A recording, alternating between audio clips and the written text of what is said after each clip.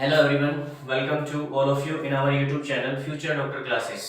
ये स्टूडेंट्स, जैसा कि आप सब जानते हैं कि लास्ट लेक्चर अपना 12th बायोलॉजी से रिलेटेड था स्टूडेंट्स, और उस लेक्चर के अंदर हम बात कर रहे थे मॉलिक्यूलर ऑफ इनहेरिटेंस के बारे में। और उस लेक्चर के अंदर बेसिकली हमने double helix model of DNA जो वॉटसन एंड क्रिक ने दिया था, उस मॉडल के कुछ फीचर्स के बारे में हम पढ़ रहे थे।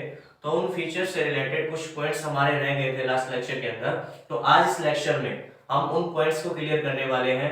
तो आप थोड़ा सा कंसंट्रेट करके बैठिएगा, नोटबुक और पेन जो मैं हर बार कहता हूँ अपने साथ रख लीजिए, और उन सभी पॉइंट्स को नोट डाउन करना है जो मैं यहाँ आपके सामने इस बोर्ड पर लिखने वाला हूँ। चलिएगा स्टार्ट करते हैं। आज का अपना फर्स्ट टॉपिक है कॉम्प्लीमेंट्री बेस पेयरिंग। क्या है students? Complementary base pairing.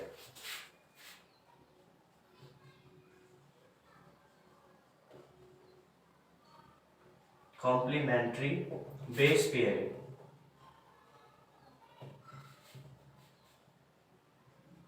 Complementary base pairing. Dear students, complementary base pairing का मतलब क्या होता है? जैसा कि आप सब जानते हैं कि जो डीएनए होता है स्टूडेंट्स, इस डीएनए के अंदर 2 पॉलीन्यूक्लियोटाइड चेन्स प्रेजेंट होती हैं, और उन न्यूक्लियोटाइड चेन्स को आपस में ज्वाइन करने के लिए उसमें जो बेस प्रेजेंट होते हैं वो बेस आपस में पेयरिंग करते हैं, आपस में बॉन्ड की फॉर्मेशन करते हैं। तो आइएगा उनको हम one by one by points note down कर लेते हैं। तो लिखिए यहाँ पे, base pairing is pairing formed, base pairing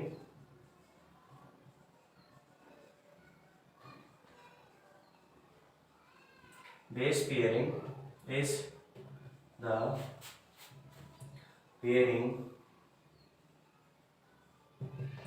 formed in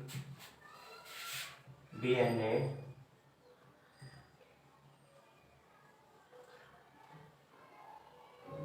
double helix between one strand of purine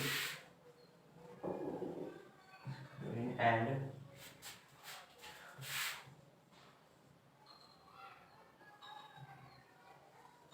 pyrimidine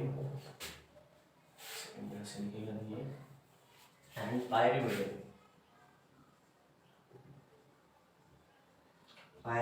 of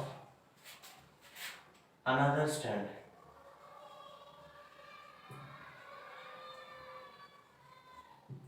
clear है?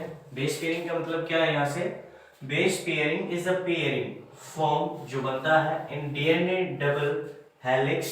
डीएनए डबल हेलिक्स के अंदर जो बेस पेयरिंग होती है किसके बीच में? One strand of purine, purine का जो स्ट्रैंड होता है वन स्ट्रैंड, उसके purine and pyrimidine of another strand, जो दूसरा स्ट्रैंड है डीएनए का, उसके पायरिमिडिन के बीच में क्या होता है? बेस की पेयरिंग होती है, उसमें बॉन्ड बनता है। इसकी वजह से दो अलग अलग स्ट्रैंड डीएनए के आपस में जुड़े हुए होते हैं, कनेक्टेड होते हैं। ठीक है, सेकंड पॉइंट यहां से लिखेंगे, द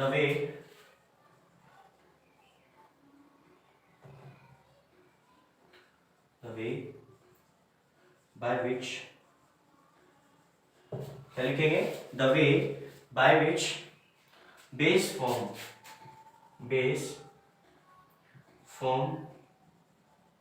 पेयर्स, क्या करते हैं? Base form pairs between the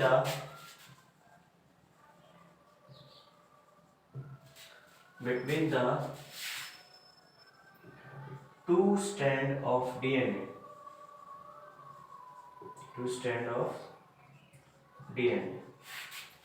is called complementary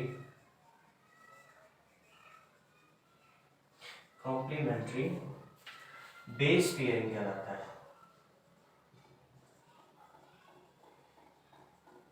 students, complementary base pair कहलाता है।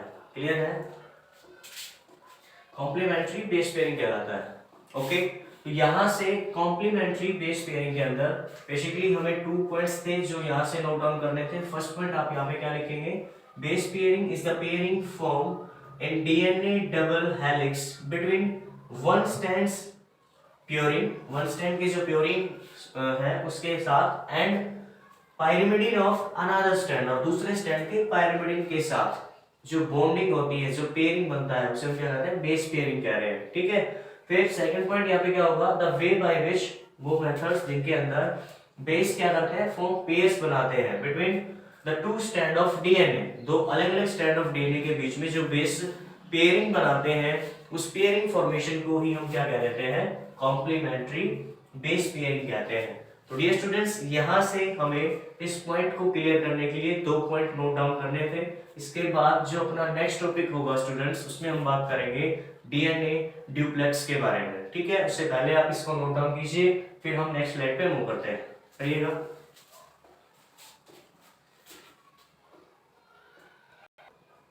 ओके स्टूडेंट्स, आई होप आप लोगों ने उतार लिया होगा। चलिएगा आगे मूव करते हैं।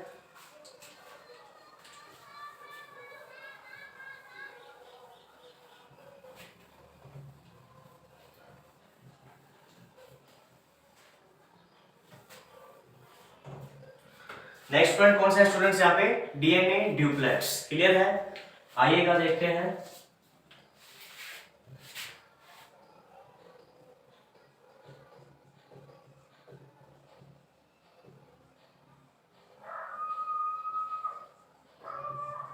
DNA duplex. तो डियर स्टूडेंट्स, डीएनए ड्यूप्लेक्स कहते किसे हैं, सबसे पहले इस चीज को हमें जानना है। तो आइएगा नोट डाउन करते हैं। फर्स्ट पॉइंट यहां से, the two spiral strand of DNA is called DNA duplex.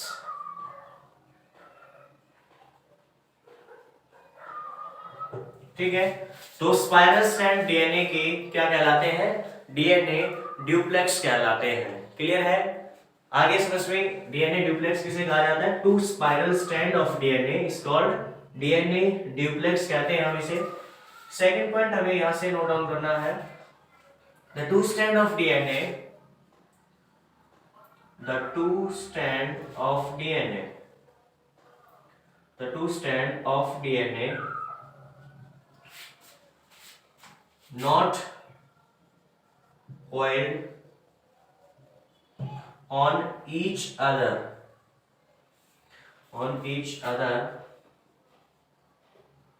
Clear है, जो दो स्ट्रैंड ऑफ डीएनए होते हैं स्टूडेंट्स, ये डीएनए स्ट्रैंड्स अपने एक दूसरे के ऊपर कोइल नहीं करते हैं। फिर कोइल करता कौन है, तो उसमें आप लिखेंगे जो ड्यूप्लेक्स है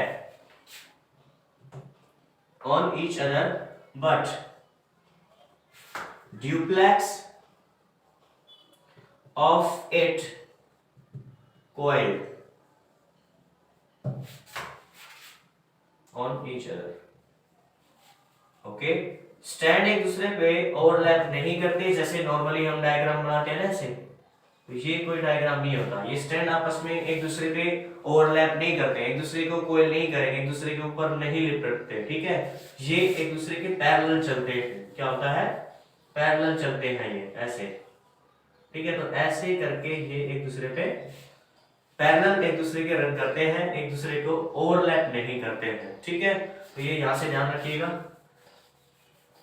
नेक्स्ट अपना पॉइंट आता है यहां से स्टूडेंट्स, वो क्या है, the pairing between them, the pairing in this strand are complex,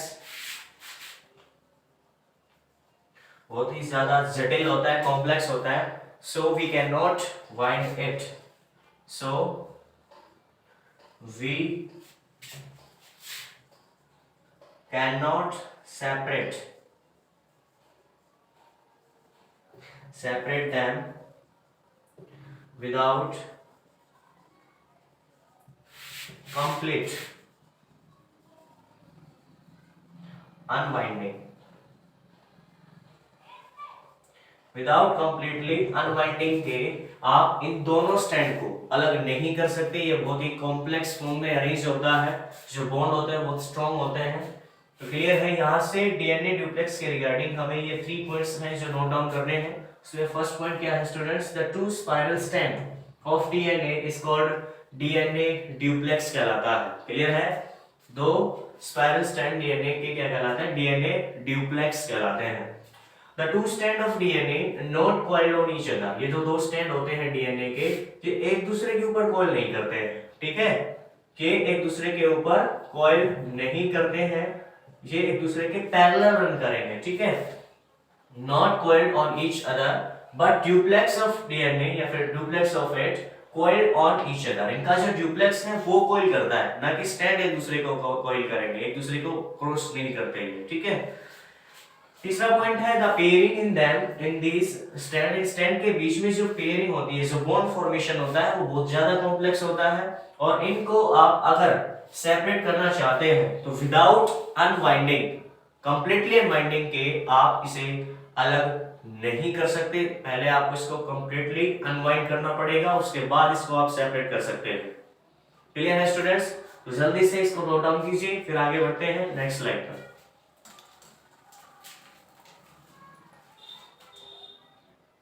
okay students, चलिए आगे देखते हैं, इसको रफ करके फिर आगे बढ़ते हैं। इसी में हमें कुछ और पॉइंट्स ऐड करने हैं डीएनए ड्यूप्लेक्स के रिगार्डिंग। तो आइएगा, नेक्स्ट जो अपना पॉइंट है स्टूडेंट्स, यानी कि 4 नंबर ऑफ पॉइंट्स, उसमें हम क्या लिखेंगे, इसके डायमीटर से रिलेटेड अब बात करने वाले हैं हम। It has diameter of 20 angstrom. इसमें जो 4th पॉइंट होगा स्टूडेंट्स, उसमें हम क्या लिखेंगे, it have diameter of 20 angstrom. 20 angstrom का डायमीटर होता है। क्लियर है, जैसे यहाँ ये हम स्टैंड इसका बनाते हैं। क्लियर है, तो ये जो इसका स्टैंड है स्टूडेंट्स इसके पैरेलल रन करेगा। ठीक है, इसके जो ग्रूव्स बनेंगे, तो वहां ये जो इसका ये वाला जो रीजन है, इतना जो रीजन होता है, इसको हम डायमीटर कहते हैं। और इस डायमीटर का लेंथ कितना होगा, 20 एंगस्ट्रॉम होता है। कितना होता है, 20 एंगस्ट्रॉम।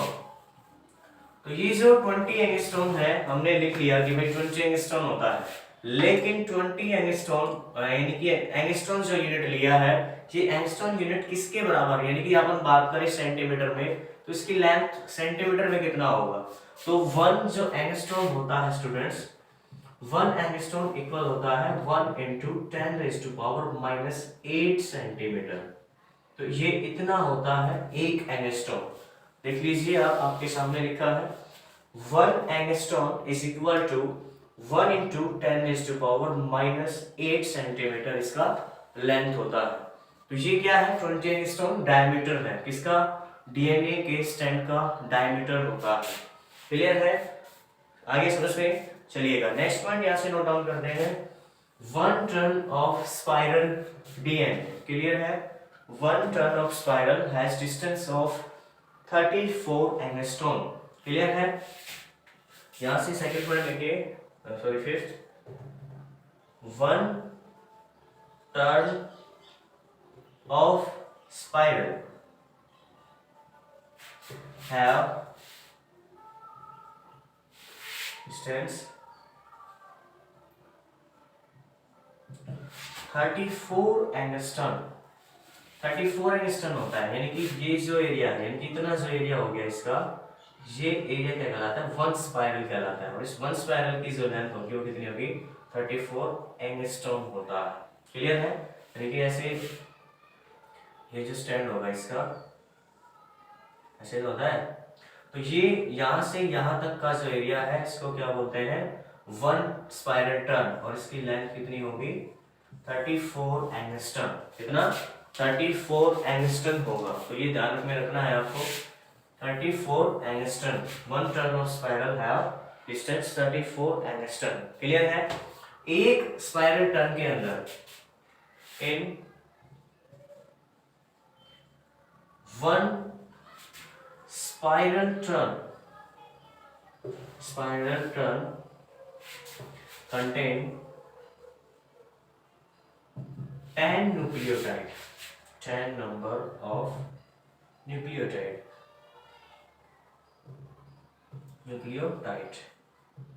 क्लियर है, 10 नंबर ऑफ न्यूक्लियोटाइड एक स्पाइरल टर्न के अंदर प्रेजेंट होते हैं, तो इनके बीच में एवरेज डिस्टेंस कितना हुआ 3.4 angstrom. So they have 3.4 angstrom average distance.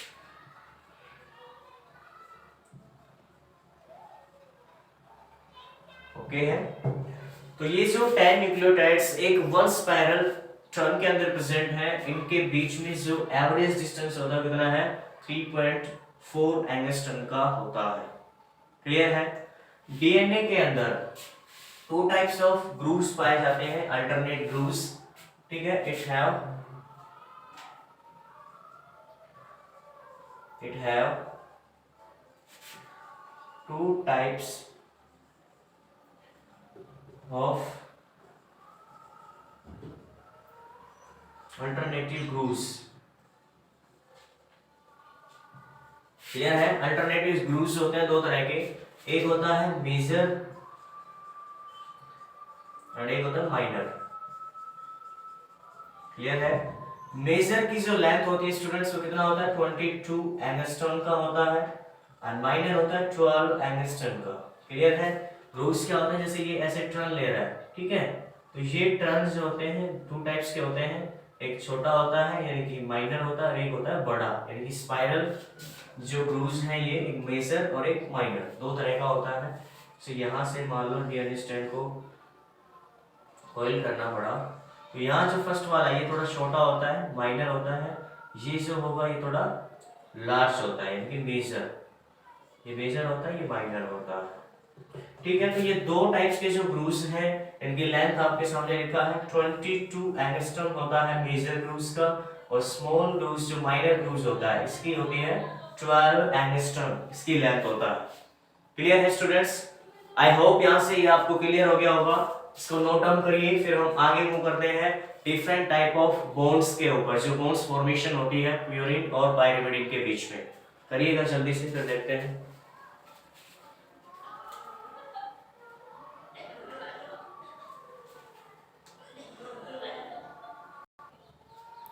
Okay guys, चलिएगा आगे बात करते हैं डिफरेंट टाइप ऑफ बॉन्ड्स के बारे में, यानी कि आपके सामने लिखा है glycosidic bond and phosphodiester bond. तो ये बॉन्ड किस किस के बीच में पाए जाते हैं वो सारी बातें अब हम इस स्लाइड पे करने वाले हैं, तो बी कॉन्सेंट्रेट ध्यान दीजिएगा। जो ग्लाइकोसिडिक बॉन्ड होता है स्टूडेंट्स, ये bond nitrogenous base and sugar के बीच में पाया जाता है। ठीक है, तो यहाँ पे लिखिएगा glycosidic bond, glycosidic bond is formed between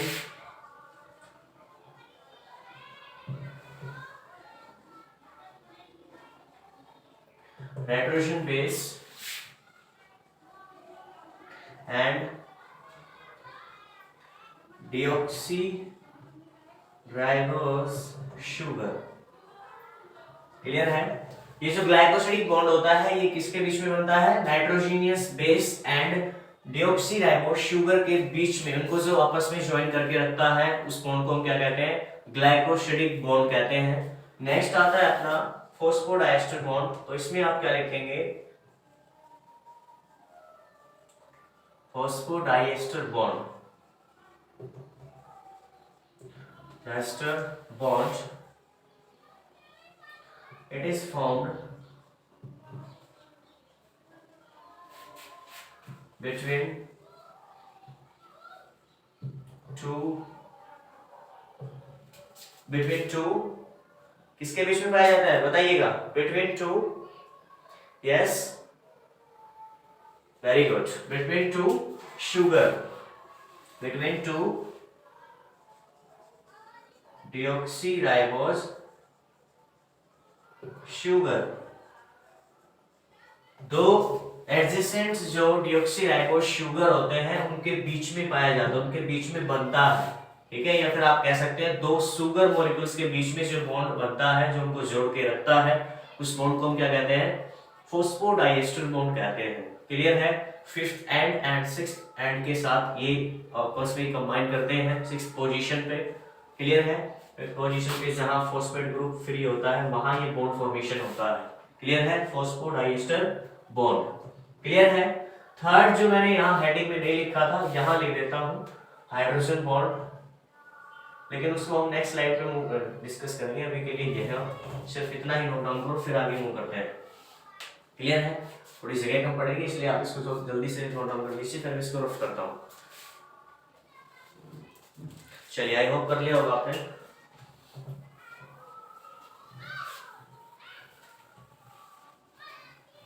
देखिएगा,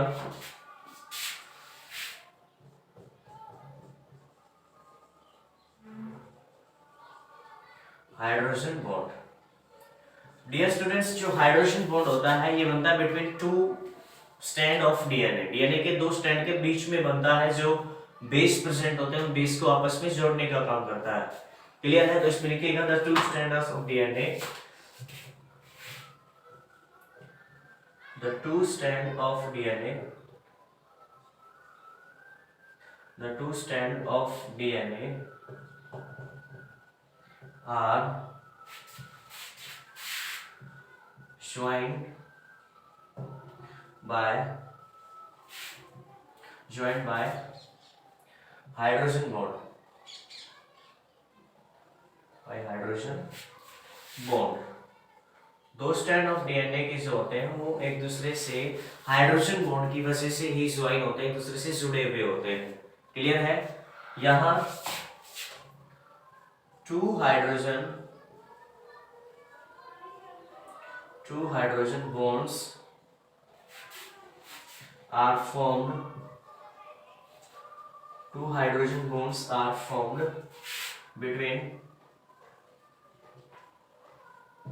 A and T, यानी कि एडेनिन एंड थायमिन के बीच में टू हाइड्रोजन बॉन्ड की फॉर्मेशन होती है। थर्ड पॉइंट लिखिएगा, three hydrogen bonds are formed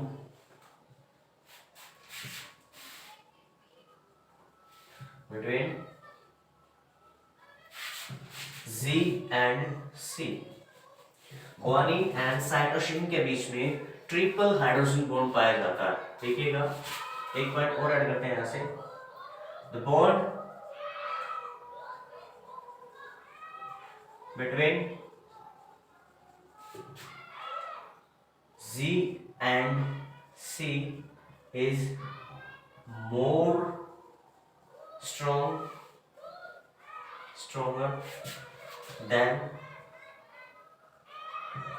A and T। जो बॉन्ड G और C के बीच में होता है वो ज्यादा स्ट्रॉन्गर होता है क्योंकि ट्रिपल बॉन्ड प्रेजेंट है वहां पे, तो वो जो बॉन्ड है G और C में ज्यादा स्ट्रॉन्गर होता है देन A एंड T के कंपेयर में। क्लियर है? यानी कि A और T के बीच में डबल बॉन्ड होता है एंड G और C के बीच में ट्रिपल बॉन्ड पाया जाता है, ट्रिपल हाइड्रोजन बॉन्ड पाया जाता है। तो डियर स्टूडेंट्स, आज के लेक्चर में ये इंफॉर्मेशन थी जो हमने आपके साथ शेयर की है। जो लास्ट पॉइंट्स बच गए थे डबल हेलिक्स डीएनए मॉडल्स के, तो वो आज हमने सारे यहाँ से कंप्लीट कर लिए हैं। आज के लेक्चर में सिर्फ हम इतना ही पढ़ेंगे, बाकी का जो अपना बचा है स्टूडेंट्स वो हम नेक्स्ट लेक्चर में डिस्कस करने वाले हैं। तो आज के लिए सिर्फ इतना ही, पढ़ते रहिए, मुस्कुराते रहिए। Thank you, have a nice day, bye bye.